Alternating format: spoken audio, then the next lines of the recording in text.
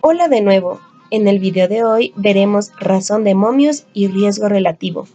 Al analizar un estudio es importante identificar el impacto de la maniobra en el desenlace, y esto lo vemos con las medidas de asociación. Para obtener las medidas de asociación, primero tenemos que conocer las medidas de frecuencia, que miden el número de eventos en una población, como la incidencia y la prevalencia.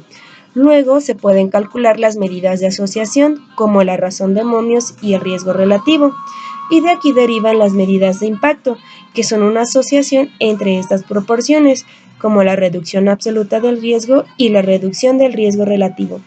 Todas estas medidas están basadas en la presencia o no de un evento o desenlace, y por lo tanto se trata de una variable nominal o dicotómica. Por ejemplo, la presencia de una complicación cardiovascular o no. Las medidas de asociación evalúan la fuerza con la que una maniobra se asocia al desenlace, y para decir que una asociación es real, debe tener una significancia estadística con un valor de p menor de 0.05. La razón de momios se utiliza en estudios transversales, de casos y controles y en los metaanálisis. El riesgo relativo se utiliza en estudios de cohorte. El riesgo relativo y la razón de momios se interpretan de forma similar. Variables con un valor inferior a 1 significan que la incidencia en el grupo de expuestos es menor que la incidencia en el grupo de no expuestos, o sea, que se observa una asociación negativa o inversa entre la exposición y la enfermedad, y por lo tanto se considera una variable de protección. Mientras que aquellas con un valor por arriba de 1 significan que la incidencia en el grupo de expuestos es mayor que la incidencia en el de no expuestos, observándose una asociación positiva o directa entre la exposición y la enfermedad, y por lo tanto se considera de riesgo. Cabe señalar que el riesgo común de la población de sufrir o tener el evento de interés sin identificar ningún factor, ya sea de protección o de riesgo, es de 1. O sea que corresponde a la incidencia o prevalencia del evento en el total de la muestra. Pero si identificamos un factor de riesgo, vemos que la incidencia en este grupo se incrementa y en el que no la tiene se disminuye en relación con el riesgo de la población total. Sin embargo, no basta con solo tener el riesgo, ya que se debe revisar el intervalo de confianza del 95%, ya que si el intervalo en sus límites tanto inferior como superior está por debajo de la unidad, se considera estadísticamente significativo. Pero si el valor superior o inferior rebasan la unidad, entonces no es estadísticamente significativo, ya que 1 significa que la incidencia en el grupo de expuestos es igual a la incidencia en el grupo de no expuestos. Por lo tanto, no se observa asociación entre la exposición y la enfermedad, y en consecuencia no puede descartarse que el valor observado se deba al azar. La razón de momios o razón de probabilidad o razón de productos cruzados indica cuántas veces más o menos tienen las personas expuestas de desarrollar la enfermedad respecto a los no expuestos. Esta se obtiene a partir de una tabla de 2×2, como la que tenemos a continuación, en la cual queremos ver el riesgo de tener diabetes mellitus cuando se consume chocolate. Así que multiplicamos A por D, que nos da 750, y lo dividimos entre C por B, que nos da 600.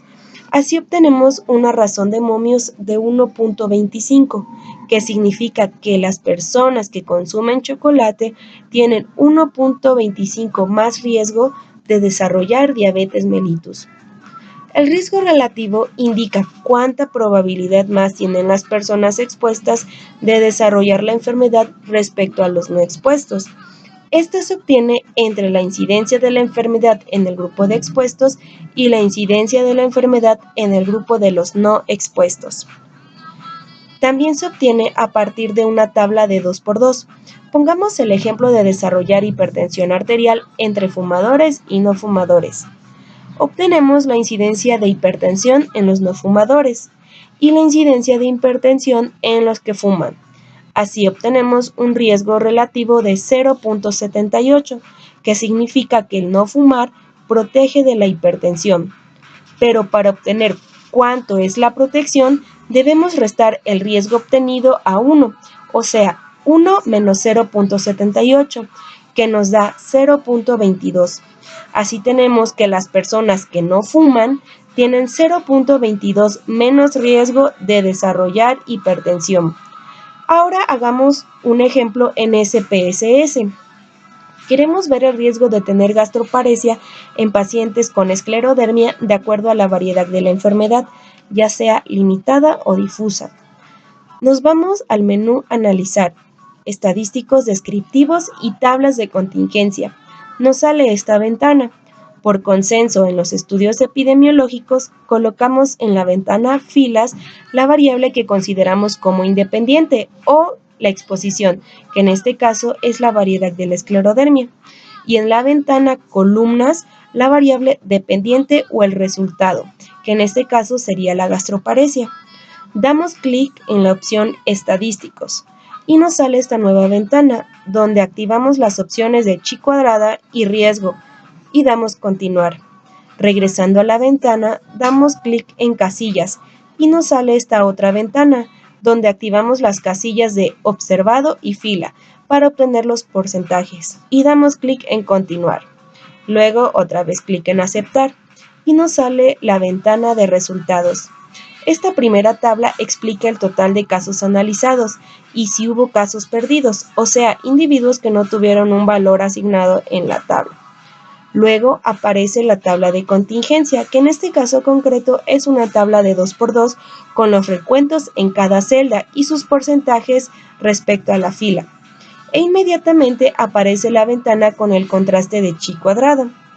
El programa SPSS hace la evaluación del OR y RR de ambas variables. En esta tabla vemos que el OR que ha calculado es de 0.47, con un intervalo de confianza de 0.13 a 1.64, lo que significa que no hay diferencia estadísticamente significativa en presentar gastroparesia de acuerdo a la variedad de la esclerodermia, ya que el intervalo de confianza pasa por el 1. Esto ha sido todo con respecto a razón de momios y riesgo relativo. Los espero en el siguiente video. Gracias.